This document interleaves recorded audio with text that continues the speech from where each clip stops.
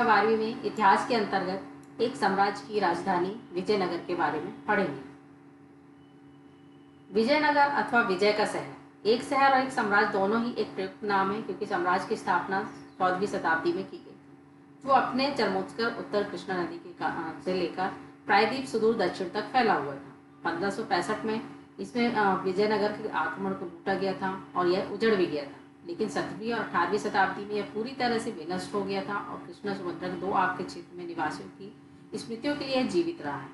हम्पी नाम से इसे याद रखा जाता है और इस नाम का आविर्भाव जो यहाँ के स्थानीय मातृदेवी पंपा देवी के नाम से हुआ था। मौखिक परंपराओं के साथ साथ यहाँ पुरातात्विक खोजों, स्थापत्य के नमूनों, अभिलेखों तथा अन्य दस्तावेजों ने विजयनगर साम्राज्य को पुनः खोजने के विद्वानों की सहायता की है। फिर है हम्पी की खोज।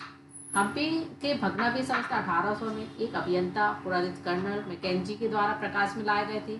मैकेंजी जो ईस्ट इंडिया कंपनी में कार्यरत थी, इसने पहला सर्वेक्षण मानचित्र तैयार किया। उसके साथ साथ हासिल शुरुआती जानकारियां विरूपाक्ष मंदिर तथा पंपा देवी पूजा स्थल के पुरोहितों की स्मृतियों पर आधारित थी।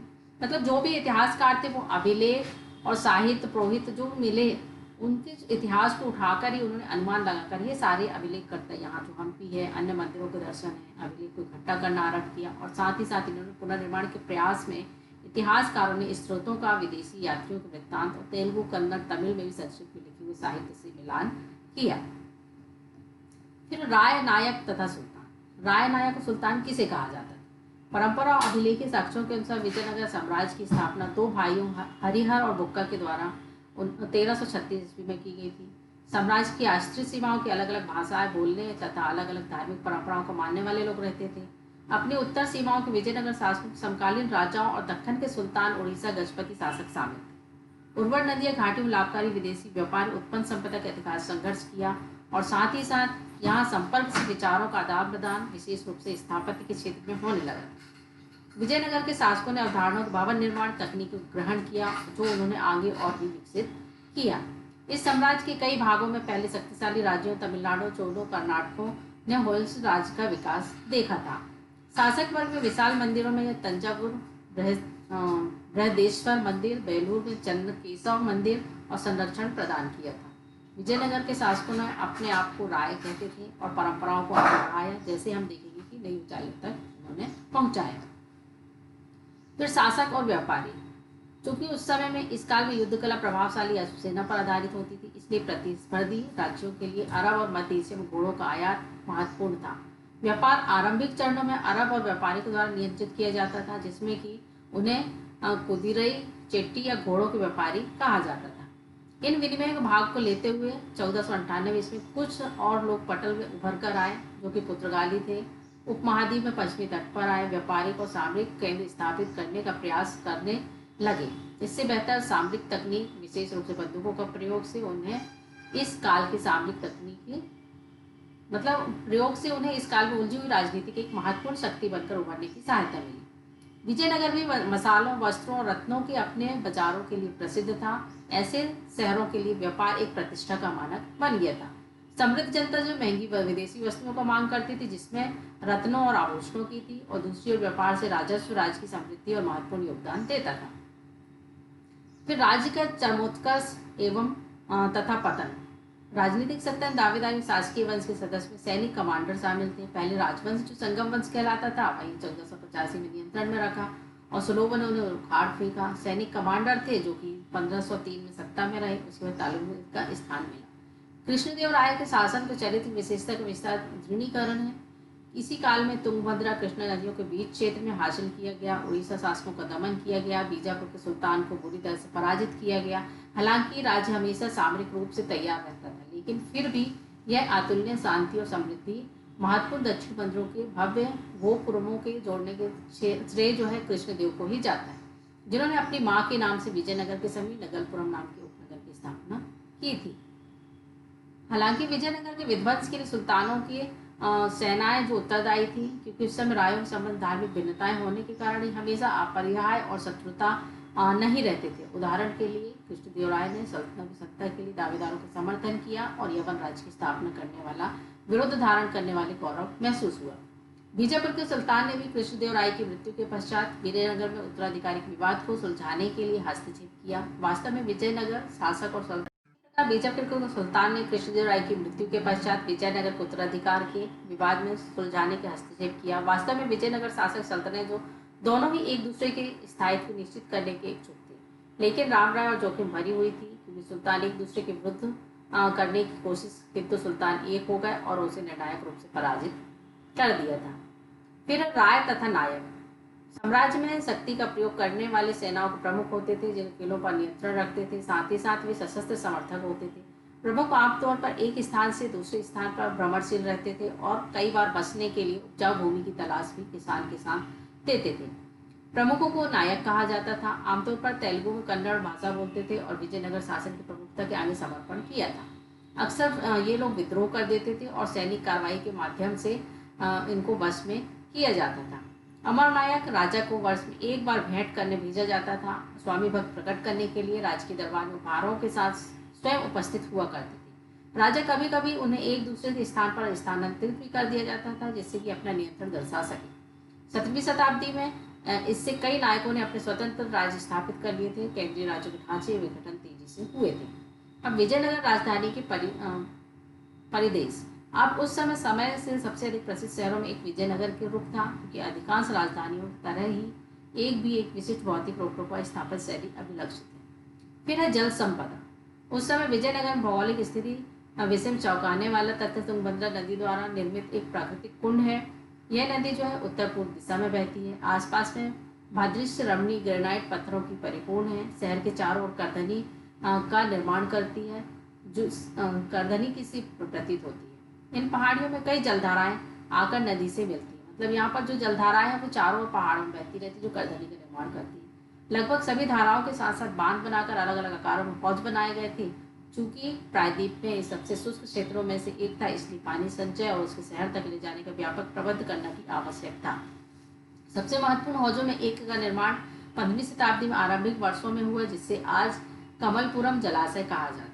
इस पौध के पानी से न केवल आसपास के खेतों को सींचा जाता था, बल्कि इसे नहर के माध्यम से राजकीय केंद्र तक भी ले जाया जाता था। किलेबंदियां तथा सड़कें। इससे पहले कि हम शहर के विभिन्न भागों का गहन परीक्षण करें, हम एक विशाल किलेबंदी की दीवारों पर भी नजर डालते हैं, जिससे उन्हें घेरा गया था। 15वीं शताब्दी में फारस के शासक द्वारा खाली कर भेजा गया दूत अब्दुल रज्जाक किलेबंदी से बहुत प्रभावित हुआ। उसने दुर्ग की 7 पंक्तियों का उल्लेख किया है। इससे न केवल शहर की बल्कि कृषि में प्रयुक्त आसपास के क्षेत्र भी जंगलों को घेरा गया था। उसके साथ साथ सबसे बाहरी दीवार के चारों ओर बनी पहाड़ियों के आपस में जोड़ती थी। यह विशाल राजकीय संरचना थोड़ी सी सुंडाकार थी। गारे या जोड़ने के लिए किसी भी वस्तु का निर्माण से प्रयोग नहीं हुआ था। ये पत्थर के टुकड़े फनाकार थे, जिसके कारण वे अपने स्टॉक में स्थान पर टिके रहते थे और दीवारों के अंदर का भाग मिट्टी के मलबे के मिश्रण से बना होता था और वर्गाकार आयताकार बुर्ज बाहर की ओर निकले हुए होते थे।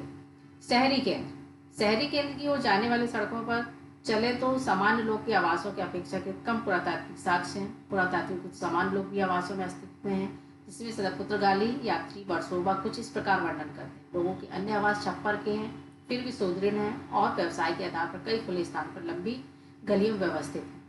क्षेत्र सर्वेक्षण इंगित करते हैं कि इस पूरे क्षेत्र में पूजा स्थल, छोटे मंदिर थे। विविध प्रकार के संप्रदायों संभवतः विभिन्न समुदायों के द्वारा संरक्षित थे।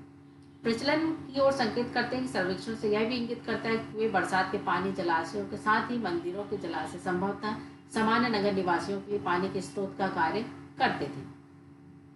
फिर कुछ राजकीय केंद्र भी थे, जिसमें राजकीय बस्ती के दक्षिण पश्चिमी भाग में स्थित था।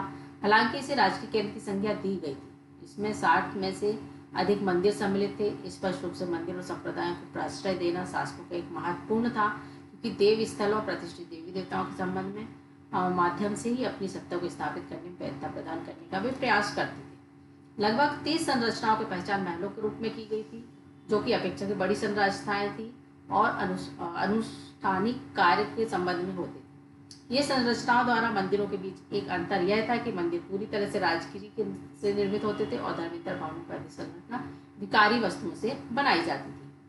फिर है महानवी डिब्बा। इस क्षेत्र में कुछ अधिक विशिष्ट संरचनाओं का नामकरण है। इनके आकार के साथ साथ उनके कार्यों के आधार पर किया जाता है, जैसे राजा का भवन तथा नामक संरचना जो अंतर क्षेत्र का विशाल है। इसके साथ साथ राजकीय आवास में होने वाले कुछ साक्ष्य भी मिला है और प्रभावशाली मंच भी है। सामान्यतः सभा मंडप तथा महानगर पूरे क्षेत्र जो ऊंची दीवारों से घिरा हुआ होता था। इसी बीच में एक गली, सभा मंडप के एक ऊंचा मंच होता था। पास से किसी दूसरी पहाड़ी पर लकड़ी के स्तंभ छेद भी बने हुए थे, जो कि दूसरी मंजिल पर स्तंभों पर टिकी हुई होती थी, जिससे कि ऊपर जाने की सीढ़ी बनी हुई थी। स्तंभों में एक दूसरे के बहुत पास होने के कारण कम खुला स्थान बचता था और इसलिए स्पष्ट है कि यह मंडप किस प्रयोजन के लिए बनाया गया था। फिर राजकीय केंद्र में स्थित अन्य भवन। राजकीय केंद्र के सबसे सुंदर भवनों में लोटस का महल है, जिसका के नामकरण 19वीं शताब्दी में अंग्रेज यात्रियों ने किया था। हालांकि नाम निश्चित रूप से रोमांचक है, लेकिन इतिहासकार इस बात में निश्चित नहीं है कि भवन किस कार्य के लिए बना हुआ था। इसी तरह से बहुत से भवन बने हुए हैं, जैसे कि अधिकांश मंदिर धार्मिक केंद्र में स्थित हैं, कुछ राजकीय केंद्र में बनाए गए हैं, कुछ अत्यंत दार्शनिकों को हजार राम मंदिर भी कहा जाता है। इसका प्रयोग केवल राजा और उनके परिवार द्वारा ही किया जाता था। बीच के देव स्थल की मूर्तियां अब नहीं है। दीवारों पर बनाए गए पटल मूर्तियां सुरक्षित हैं। इससे मंदिर की आंतरिक दीवारों उत्कीर्ण रामायण के लिए किए गए दृश्यांश सम्मिलित हैं। इस शहर पर आक्रमण के पश्चात विजय कई संरचनाएं विनिष्ट हो गई, जिससे नायकों के महल व संरचनाओं के निर्माण की परंपरा को जारी है। कई भवन आज भी अस्तित्व में हैं। फिर धार्मिक केंद्र। राजधानी का चयन जो है यह धार्मिक केंद्र के रूप में था, क्योंकि यहाँ पर रामायण में उपलब्धि है कि बाली और सुग्रीव के वानर राज की रक्षा करती थी, और मान्यताओं के आधार माता देवी पंपा देवी ने यहाँ पहाड़ियों के वृक्ष पर संरक्षण देवता हैं। शिव एक रूप में माने जाते हैं। विवाह के लिए तप किया था। फिर उसी तरह से विवाह विरूपाक्ष मंदिर में हर वर्ष धूमधाम से आयोजित किया जाता है। इन पहाड़ियों में विजयनगर साम्राज्य की पूर्वकालिक जैन मंदिर भी है, जो दूसरे शब्दों में क्षेत्र की धार्मिक मान्यताओं के संबंध था। इस क्षेत्र में मंदिर निर्माण की एक लंबा इतिहास रहा, जिसमें पल्लव, चालुक्य, हयेक, चोलवंश आदि राजाओं ने यहाँ पर शासन किया और मंदिर शिक्षा के केंद्र के रूप में भी कार्य करते थे। शासक और अन्य लोग भी मंदिर के रखरखाव के लिए भूमि, संपदा आदि दान करते थे, जिसमें महत्वपूर्ण धार्मिक, सामाजिक, सांस्कृतिक, आर्थिक केंद्रों के रूप में विकसित किया गया था। दृष्टिकोण से मंदिरों का निर्माण, मरम्मत और रखरखाव अपनी सत्ता, संपत्ति, निष्ठा के लिए भी समर्थन और मान्यता के लिए माध्यम बना हुआ था। विजयनगर के स्थान पर चयन यह विरूपाक्ष था। पंपा देवी मंदिर का अस्तित्व प्रेरित किया है। साथ ही साथ राजकीय आदेशों की सामान्यतः कन्नड़ लिपि में सिरु विरूपाक्ष शब्द भी अंकित किया गया है। शासक देवी देवता गहन अध्ययनों के संकेतक के रूप में हिंदू सूरत राणा का प्रयोग भी करते हैं। अरबी भाषा के शब्द में सुल्तान, जिसका अर्थ है राजा, का संस्कृत अनुवाद है। शाब्दिक रूप में इसका अर्थ हिंदू सुल्तान। फिर है गोपुरम और मंडप। मंदिर स्थापत के संदर्भ में इस कहा गया है कि ये विशाल स्तर पर बनाई गई थी। कई संरचना राज की सत्ता के द्योतक थे। कई अच्छे इसका उदाहरण है। राय गोपुरम में अथवा राजकीय प्रवेश द्वार थे। अक्सर केंद्रीय दीवारों के मीनारों को बौना प्रतीत कराते थे। लंबी दूरी से ही मंदिर का होने का संकेत होता था और शासकों की ताकत की भी याद दिलाते थे। ऊंची मीनारों के निर्माण के लिए आवश्यक साधन दिलाते थे। तकनीक कौशल जुटाने में सक्षम होते थे। और मंडप और लंबे स्तंभों वाले गलियारे जो अक्सर मंदिर परिसर के देव स्थलों के चारों ओर बने हुए होते थे। कई मंदिर जो है, जैसे विरूपाक्ष मंदिर, विट्ठल मंदिर। विरूपाक्ष मंदिर का निर्माण कई शताब्दियों में हुआ। हालांकि अभिलेख से पता चलता है कि प्राचीन मंदिर 9वीं 10वीं शताब्दियों का था। विजयनगर साम्राज्य की स्थापना के बाद इसमें कई अधिक बड़ा किया गया था, जिसमें कि विजयनगर साम्राज्य की स्थापना के बाद कहीं अधिक बड़ा किया गया था। लेकिन मुख्य मंदिर के सामने का मंडप कृष्णदेव राय ने अपने राज्यारोहण के उपलक्ष्य में बनवाया था, ताकि इसमें यह सूचना की उत्कीर्ण स्तंभों को सजाया गया था और गोपुरम के निर्माण का श्रेय भी उसे ही दिया जाता है। महलों और मंदिरों तथा बाजारों का अंकन। हम यहाँ पर देखते हैं कि विजयनगर की जानकारी भंडार का विश्लेषण किया है। फोटोग्राफ्स हैं, नक्शे हैं, संरचनाओं के लिए कथित मूर्तियाँ हैं, सब खोजा गया मैकेंजी के द्वारा। ये सारे अभिलेखों का सर्वेक्षण किया गया और 20वीं शताब्दी में इस स्थान पर संरक्षण भारतीय पुरातात्विक सर्वेक्षण, कर्नाटक पुरातात्विक संग्रहालय द्वारा किया गया था। इसमें व्यापक गहन सर्वेक्षण के माध्यम से विजयनगर में भौतिक अवशेषों की सूचना प्रलेख को महत्वपूर्ण परियोजना का शुभारंभ किया गया। 20 वर्ष के काल को पूरे करने के बाद भी दर्जनों विद्वानों ने इस जानकारी को इकट्ठा और संरक्षित करने का कार्य किया है। उत्तरों की खोज में प्रश्न। कई चीजें ऐसी हैं जो कि हमें मालूम नहीं है। हम सारे अभिलेख और ये सारी संस्कृतियाँ जो हमें उपलब्ध होती हैं, अभिलेख, साहित्य, लोक प्रचलित परंपराएं जो होती हैं, उनके माध्यम से ही हम बहुत सारे उत्तरों का खोज करते हैं और कुछ अनुमान लगाते हैं और उनका व्यवहार करते हैं। जैसे विचारों का फैलाव है, सांस्कृतिक प्रभाव के बारे में बताते हैं, विचारों को जाहिर करते हैं, निर्माणकर्ता को प्राश्रय देते हैं और वे अपना व्यक्त करते हैं। अक्सर चिन्हों में परिपूर्ण रहते हैं, सांस्कृतिक संदर्भ के परिणाम होते हैं। जब हम अन्य स्रोतों और साहित्य अभिलेखों के लोग प्रचलित करते हैं परंपराओं। स्थापत्य तत्वों के परीक्षण से हमें यह बताते हैं कि सामान्य पुरुष, महिलाएं, बच्चे जो शहर और आसपास के क्षेत्र में रहने वाली जनसंख्या के एक बड़ा भाग थे, जो प्रभावशाली भवनों के विषय में क्या सोचते हैं। शाही केंद्र, धार्मिक केंद्र किसी भी भाग में पहुंच सकते थे और मूर्ति के सामने से तेजी से निकल जाते थे और देखने के लिए रुकते, सोचते और जटिल प्रतीक चित्रण समझने का प्रयास करते थे। वे लोगों ने एक विशाल निर्माण परियोजना का कार्य किया था, जिसमें उद्यमों के विषय में क्या सोचते थे इसके बारे में अपना श्रमदान भी किया था। हालांकि क्या निर्माण करना है, स्थान कौन सा है, कौन सा माल प्रयोग करना है, किस शैली में अनुसरण करना है, ये सभी निर्णय जो है शासक लेते थे। और इतने विशाल उद्यमों की आवश्यकता विशिष्ट ज्ञान किसके पास था? भवनों के नक्शे कौन बनाता था? राजकीय पत्थर काटने वाले मूर्तिकार और वास्तु निर्माण का कार्य कौन करते थे? कहाँ से आते थे? और उन्हें युद्ध के दौरान पड़ोसी क्षेत्रों में बंदी बनाया जाता था। इस प्रकार से उनके वेतन कैसे दिया जाता है? गतिविधियों का निरीक्षण कौन करता था? निर्माण कच्चा माल कहाँ से प्राप्त होता था? कहाँ से लाया जाता था? मतलब ये सब हम भवनों के अनेक अवशेषों को देखते हुए मात्र इससे नहीं देख सकते, संभवतः इन प्रयोग से जारी शोध के कुछ और संकेत भी दे सकते हैं। फिर है गृह कार्य। विजयनगर साम्राज्य की स्थापना हुई। इसका विस्तार कहाँ से कहाँ तक था? विजयनगर साम्राज्य के तीनों वंशों तथा शासन काल लिखिए। राय तथा नायक कौन थे? अमर नायक प्रणाली से आप क्या समझते हैं? यवन शब्द का क्या अर्थ है? कृष्णदेव राय के शासनकाल के साम्राज्य किस प्रकार विस्तार हुआ? महानवी डिब्बा क्या है? इससे जुड़े अनुशासनों पर प्रकाश डालिए। विजयनगर साम्राज्य के योगदान का वर्णन कीजिए। इसके उत्तर आपको कॉपी में लिखने हैं।